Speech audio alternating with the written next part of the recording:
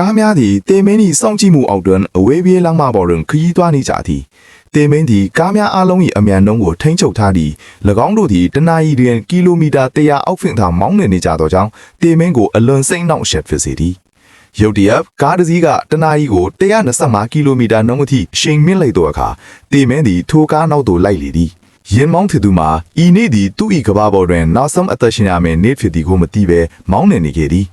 တေမင်းသည်ရင်မောင်းဤလိုင်းတွင်ကြီးမားသောကြောက်တုံးကြီးတုံးကိုအလင်းအမြန်ချထားသည်သူ့ကိုကျူးဆိုရန်ချင်းကပ်ခဲ့တော်လဲရင်မောင်းမှမူမမြင်နိုင်ခဲ့ပြီရင်ပေါ်တွင်ကိုဝင်ဆောင်အမျိုးသမီးသူပါလာသည်ကိုတေမင်းတတိပြုသွားသည်မတော်တဆမှုမဖြစ်စေရန်လမ်းပေါ်မှကြောက်တုံးကိုအမြန်ဖေရှားပေးခဲ့သည်ထို့တော်လဲကားရှိတွင်ကြီးမားသောရင်တစီရုတ်တရက်ပေါ်လာတော်လဲတေမင်းသည်၎င်းတို့ကိုရွှေပေးကလမ်းကြောင်းကိုရှင်းလင်းပေးခဲ့သည်ရခင်ကသူတို့ကိုခေါ်ဆောင်သွားရန်အသင်ဖြစ်နေသောတေမင်းသည်ယခုအခါရင်မောင်းကိုအဆက်မပြတ်ကူညီနေသည်ရင်မောင်းသည်ကြီးမားသောရင်ကျော်ပိတ်ဆို့မှုနှင့်ကြုံတွေ့လာသောအခါတွင်လည်းတေမင်းသည်ကားကိုလေထဲမွတ်တင်ကတဲဆောင်ပေးခြင်းဖြင့်တဖန်ကြားဝင်ကူညီခဲ့သည်ဤကဲ့သို့သောဇလံများပုံမကြည့်ရှုနိုင်ရန် follow နဲ့ subscribe လုပ်ထားပါ